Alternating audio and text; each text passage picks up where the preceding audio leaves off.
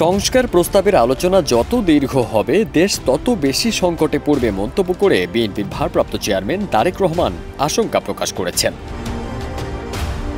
2 ফেব্রুয়ারি বিকেলে ঢাকা মহানগর দক্ষিণ বিএনপি আয়োজিত এক কর্মশালায় লন্ডন থেকে ভার্চুয়ালি যুক্ত হয়ে দেশের বর্তমান অবস্থা তুলে ধরে তিনি এই আশঙ্কা প্রকাশ করেন। তিনি বলেন, দীর্ঘ আলোচনায় স্বৈরাচারের সুযোগ তৈরি হবে এবং তারা আবার দেশের মানুষকে শোষণ করতে পারে, তাই সংস্কারের আলোচনা দীর্ঘায়িত করা উচিত নয়। তারেক রহমান বলেন, সংস্কার বাস্তবায়নের জন্য নির্বাচন অপরিহার্য। নির্বাচনের মাধ্যমে যাদের জনগণ দায়িত্ব দেবে তারা সংস্কারের কাজ শুরু করবে। তিনি আরো বলেন, নির্বাচন হলে জনগণের রায়ের মাধ্যমে সমস্যা সমাধান করা সম্ভব, যদিও সঙ্গে সঙ্গে সব সমস্যার সমাধান হবে না।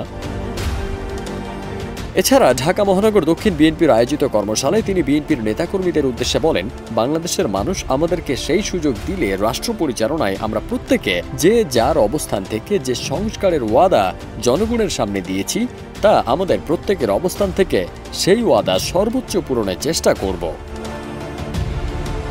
জনগণের সুযোগ পেলে সংস্কারের প্রতিশ্রুতি পূরণে কাজ করতে হবে। কর্মশালায় বিএনপির বিভিন্ন নেতা ও সদস্যরা উপস্থিত ছিলেন।